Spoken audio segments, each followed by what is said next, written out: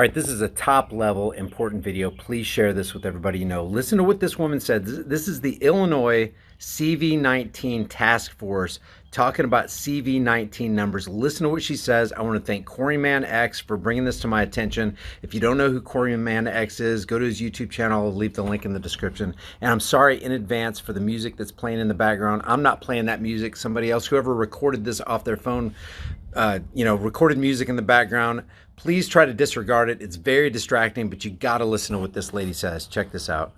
Teenage death, and can you tell us if the teenager in question had underlying conditions? I don't have that information at my disposal at this time.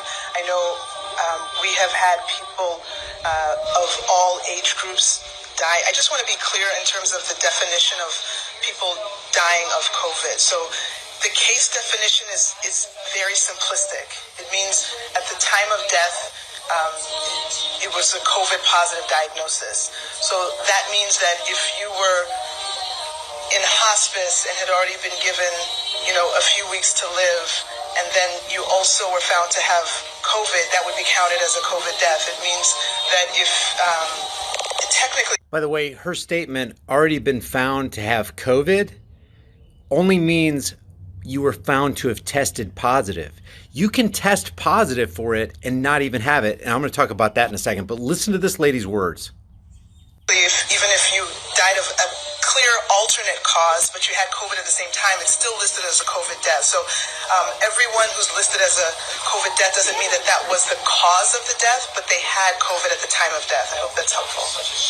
Hey, damn right it's helpful. Why didn't any of the reporters in this press corps press her on this question? Wait a second. Maybe you don't realize what you're saying.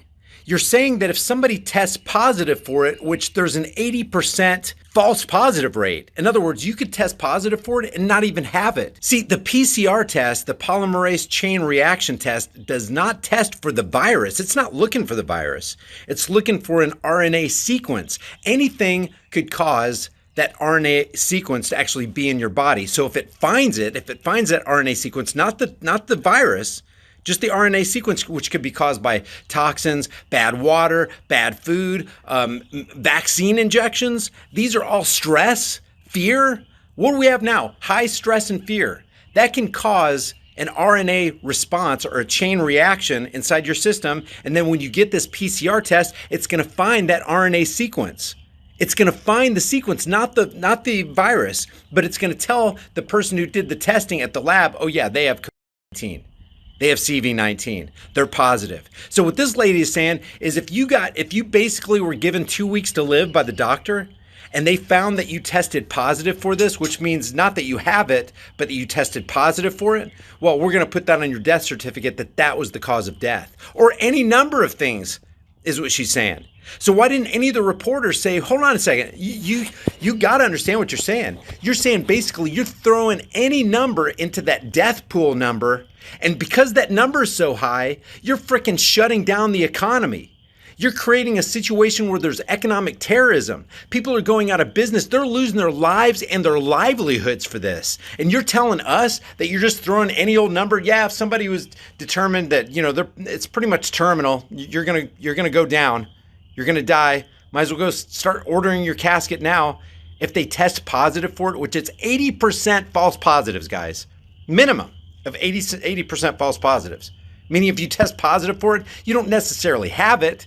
You just tested positive for it. And if they do test positive for it, oh, what did he get in a motorcycle accident? Oh, he was on life support for about 2 days and he had a brain aneurysm and he died. Did he test positive for CV19? Oh yeah, put him in the Johns Hopkins fear porn map number. The governor was standing right there. This is Illinois, guys. The governor was standing right there. They know full well these numbers are fictitious. They're made up.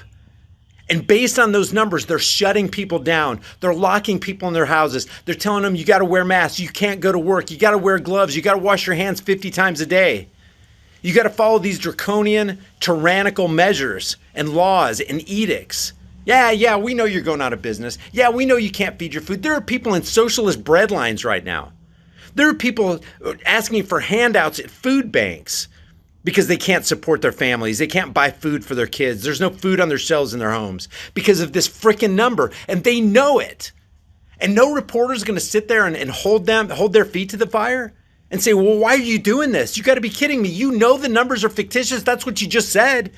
You're throwing even a terminal patient who you think might have it into that number and scaring the hell out of everybody and shutting stuff down. And the suicide rate's going up. Drug abuse and alcoholism is going up. Domestic violence is going up. People are destroying themselves because they don't know what else to do. They're in a catch-22.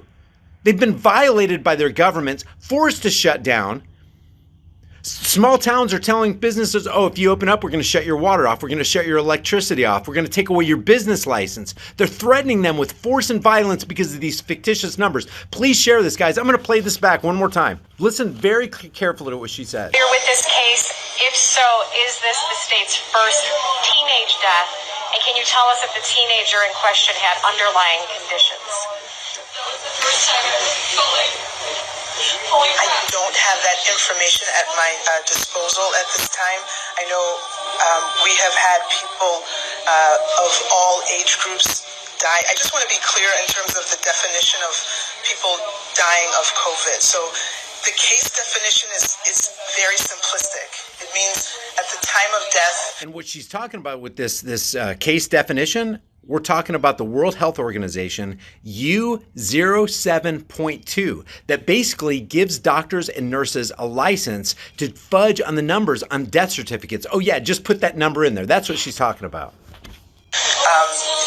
It was a COVID positive diagnosis.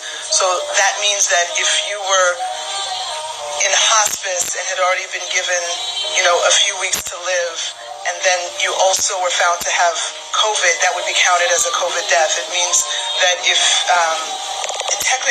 even if you died of a clear alternate cause, but you had COVID at the same time, it's still listed as a COVID death. So a clear alternate cause is still listed as a CV-19 death. Can you get more dishonest? Can you get more corrupt? Can you get more criminal? This is economic terrorism, and they're not doing it because they think it might be good for the community. They're doing it knowing they're fudging the numbers. They know they're being dishonest. They're padding those numbers. They're inciting fear. They're releasing stress.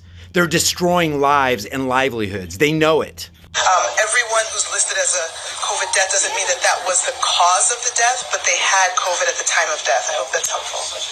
Can I have a follow-up question? If you guys find, I have not been able to find the original video. I want to hear what the follow-up question was, if there was a follow-up question. I'll withhold judgment for the press corps, but if they don't press her and say, then why is Illinois shut down?